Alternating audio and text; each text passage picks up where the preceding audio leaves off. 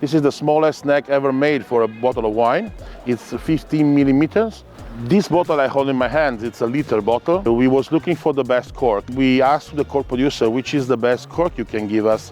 They say, we can give you a better cork, but you can't use it for a regular bottle. Then you should reduce the neck. Then we reduced the neck. This is the smallest neck ever made for a bottle of wine. It's 15 millimeters. And then we can use this smaller cork. And then we get this cork, which is growing on the hills where it's less humidity. Less humidity means less fungus, then less problems with TCA. And then my father say, okay, we have a smaller cork, and now we want a bigger bottle, because the proportion between cork and wine is the same like in the Magnum. The Magnum is the best aging for wine, and we age our wines for a very long time in the cellar before we sell it, and many people who buy the wines, they age it longer than we do. And then having a better bottle for aging, it's always a nice idea.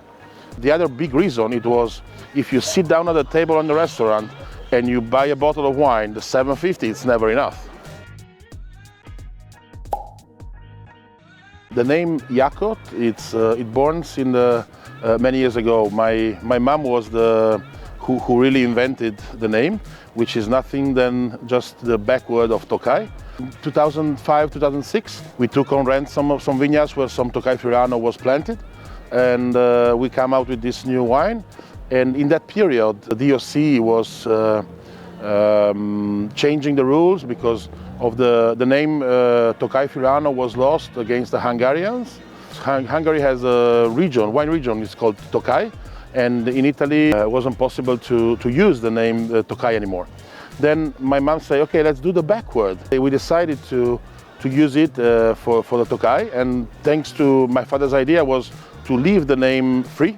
Then everybody can use it, all the friends, they can use it, and to make the Tokaj Friulano from the Slovenian and Italian part can be recognized as a Jakot. So you were the first to do it? Yeah, we was the first to use the name, yeah. We leave free everybody to use it.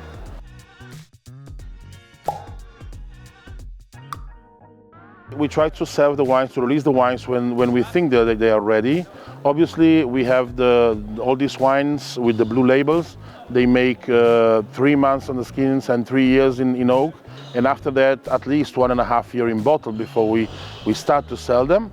Obviously, it's all wines which can be, they are very approachable for aging. I mean, they can be really aged a long time. Some of them, like Tokaj, for example, for Jakot, they are much more ready after 4.5 years.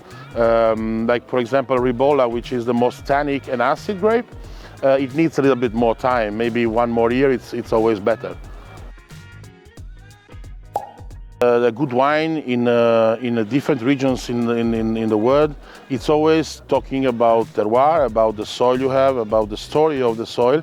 I think that it's always very important to understand what you have. In our region, it's a hilly side, but the most important thing is that you should understand what variety you can plant on the top of the hill and what variety to plant on the bottom of the hill. This is very important. And after that, you should stay in the vineyard, you should walk in the vineyard, you should live with the vines, and then you can understand much better what they do, and you can understand how they evolve. You can understand if there's a problem.